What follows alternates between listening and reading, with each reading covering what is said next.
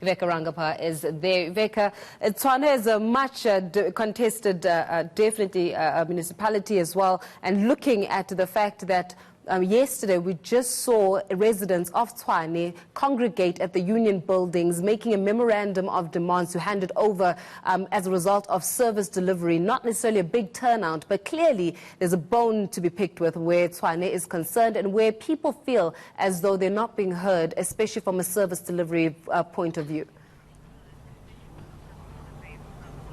Yeah, well, Faith, I mean, you only have to look behind me to see how people are living. I mean, look at the pile of rubbish, at the rubbish dump behind me, and just across the road, just meters away, we have people living there daily. We have a church to my left here. It's the Powerhouse Baptist Church. I can tell you, if the sight makes your stomach turn, you should be here to actually get a whiff of the smell that comes from there, and you have to wonder how people, how children, how the elderly might actually be coping, and that will give you an idea of why those residents are so angry and why throughout our travels on the bus, I can tell you majority of people are undecided about how they're going to vote. Those who are going to vote, many saying that they're not actually even going to vote. Now, I have with me Jonas Siyakamela. He is born free. He was born in 1994. He's 25 years old. His house is also directly opposite the dump that you see behind me. We're here in Mahube Valley. Let me just tell you that in Mamelodi East. Let's chat to Jonas about how he manages. Firstly, I want to know, Jonas,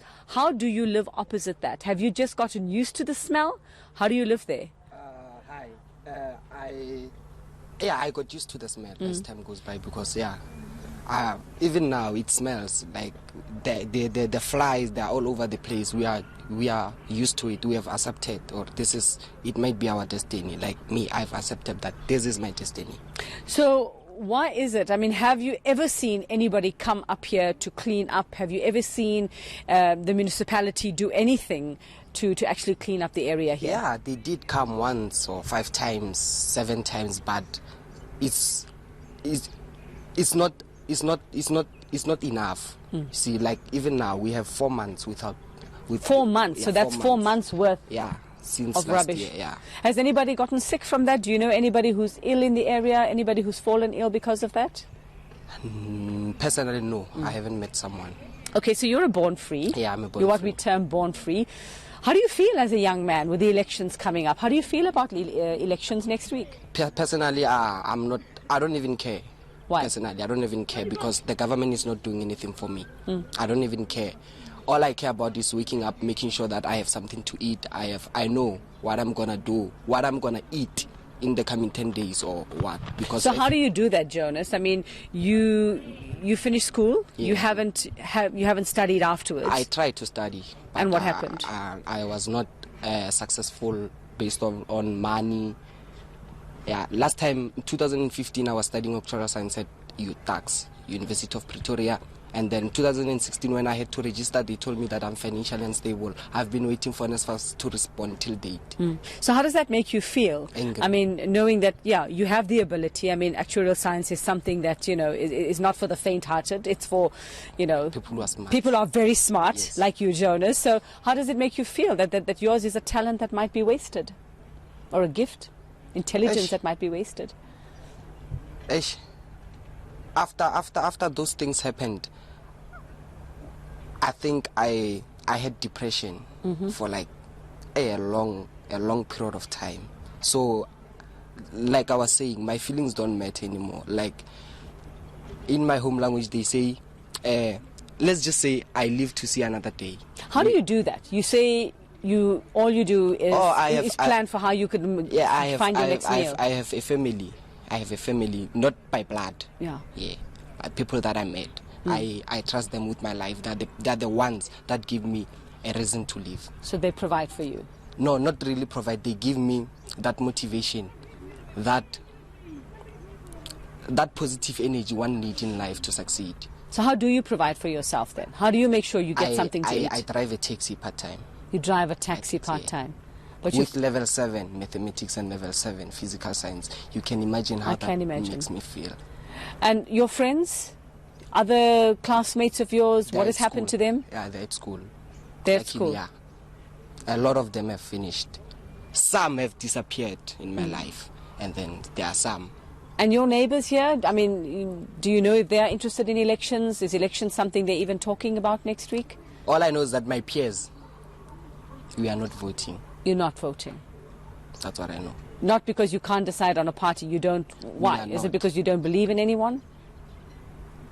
Because they don't care about the people at the bottom of the food chain. Let's just say 85%. They only care about...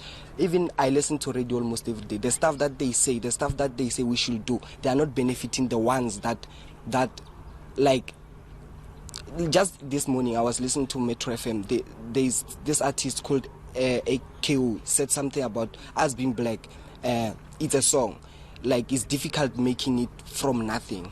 You see, like, all the foundation that they are laying for us, it benefits someone who have a foundation, who have maybe someone who's stable in your family. Like in my family, no one is stable. My mom is not working. My mother's not. So a lucky break, you mean? Somebody who got a lucky break. Yeah, or someone who can have like, I don't know. See, like I say, I get angry and too emotional. So what do you see as your future, Jonas, in South Africa, as a young man in South Africa? How do you see your future?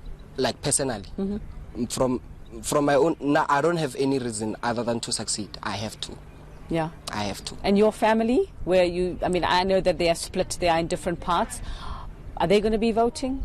Do they care about elections? How do they feel about the government today? Yeah, they're going to vote. And you don't know how they're going to vote? Yeah, just that they know. Just that they know how I feel. We don't talk about it. You don't talk about it. We don't talk You're about angry. politics. But you don't think that by voting that you might make a difference? That by staying away you may be doing some damage to yourself? Do you believe that? Don't you believe your vote might make a difference? I'm a product of a damaged good. I'm damaged. So, like I said, I don't care. I really don't care. If I don't vote, then the country bent to the ground, so be it. I'm already... There's no hope for you?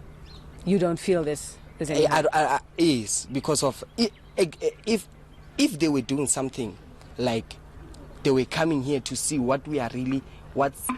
What's really happening with us? We are struggling, like we are really struggling. Jonas, if a political party or a politician came to you today and said, Jonas, give me a list of 3 things that you want and I will make it happen for you, what would those 3 things be? 3 things that I want. I think they are going to benefit me personally. Because all I want opportunity to go to school. You want to go to school? Yeah. Okay. And then for everyone. Thank you very much, Jonas, for your honesty. And Faith, isn't just so sad? I mean, Jonas, an intelligent young man, doing so well at school, mathematics and physics, and wanting to study actuarial science. I mean, he actually even started and wasn't able to complete, but feeling so hopeless, absolutely hopeless. What did he say? Even if the country burned to the ground, he actually wouldn't care. And I'm sure that makes many, many people sad, frustrated, and angry listening to that. Well, there are definitely no words to say after that. Very well articulated in terms of his grievance, very well articulated in terms of exactly what he thinks about those individuals and society members that are, as he says, at the bottom of the food chain. So no words to say after that. But thanks a lot for joining us, shedding some light in terms of the reality that is currently facing the individuals in Mamelodi, with our eNCA election bus.